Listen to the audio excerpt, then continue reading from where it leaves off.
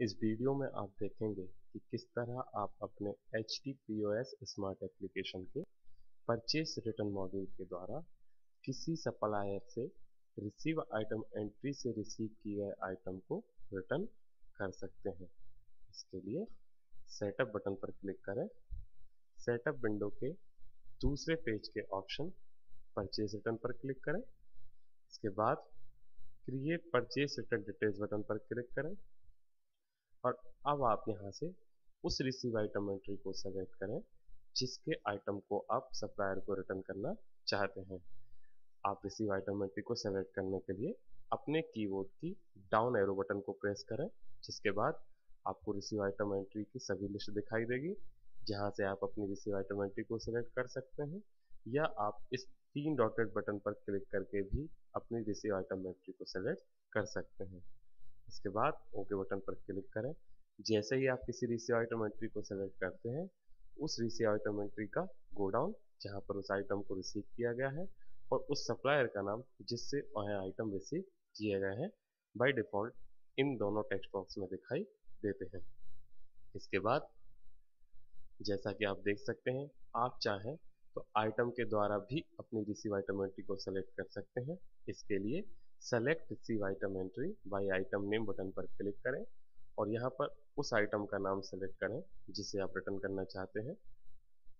जैसे ही उदाहरण के लिए मैं अपने आइटम कोलगेट को सेलेक्ट करता हूँ, तो जैसे ही आप अपने आइटम को सेलेक्ट करते हैं, उससे संबंधित सभी रिसीव आइटम एंट्रीज आपको यहाँ पर ग्रेड लिस्ट में दिखाई देती हैं, जहाँ से आप उसको सेलेक्ट करके ओके बटन पर क्लिक करते हैं तो यह आइटम आपके परचेस रिटर्न ग्रेड पर दिखाई देने लगता है।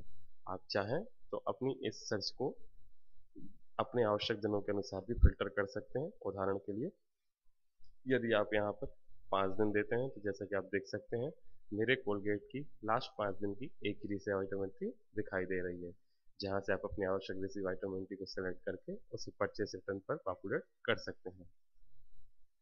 इसके बाद यदि आप अपनी रिसीव आइटम एंट्री के सभी आइटम्स को रिटर्न करना चाहते हैं, तो ऐड ऑल आइटम बटन पर क्लिक करें, जिसके बाद इस रिसीव आइटम एंट्री में रिसीव किए गए सभी आइटम्स इस ग्रिड पर दिखाई देंगे।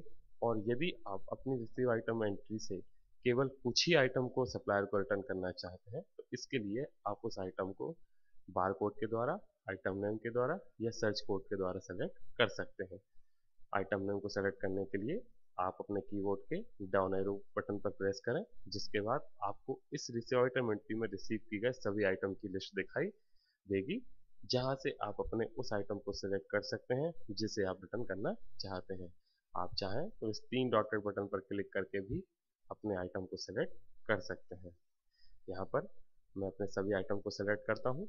इसके लिए मैं ऐड ऑल आइटम बटन पर क्लिक करता हूँ। जैसा कि आप देख सकते हैं, इसके बाद इस रिसीव आइटम एंट्री के सभी आइटम्स इस समय ग्रिड में दिखाई दे रहे हैं। यदि आप चाहें तो इनकी क्वांटिटी को भी अपनी आवश्यकता के अनुसार बदल सकते हैं।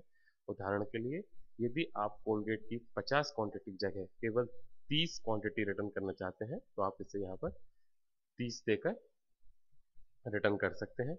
यदि आप रिसीव आइटम एंट्री में सप्लायर से कुछ फ्री आइटम भी रिसीव करते हैं, तो वो फ्री आइटम्स भी आपको यहाँ पर दिखाई देंगे, जिन्हें भी आप अपनी आवश्यकता के अनुसार रिटर्न कर सकते हैं। याद रखें, कोई भी रिटर्न आइटम अपने मैक्सिमम रिटर्न क्वांटिटी से अधिक नहीं हो सकता। जैसे कि आप देख सकते हैं, return paid quantity maximum return paid quantity से अधिक नहीं हो सकती और return free quantity maximum return free quantity से अधिक नहीं हो सकती। साथ ही आप इस अवेलेबल स्टॉक कॉलम में अपने उस आइटम का अवेलेबल स्टॉक भी देख सकते हैं। इसके बाद यदि आप आइटम को इस ग्रिड से रिमूव करना चाहते हैं, तो आइटम को सेलेक्ट करने के बाद इस बटन पर क्लिक करें। यदि आप वापस ग्रिड पर जाना चाहते हैं, तो आप अपने कीबोर्ड की बटन F9 को प्रेस करें या इस बटन को क्लिक करके भी आप इस आइटम ग्रिड पर जा सकते हैं। यदि आप किसी आइटम से संबंधित रिसीव आइटम एंट्रीज को देखना चाहते हैं, तो अपने उस आइटम को सेलेक्ट करें और इसके बाद show associated receive item entry button पर क्लिक करें, जिसके बाद आप यहाँ पर उस आइटम की रिसीव आइटम एंट्री देख सकते हैं, जिसे आप यहाँ पर व्यू बटन पर क्लिक करके भी व्यू कर सकते हैं।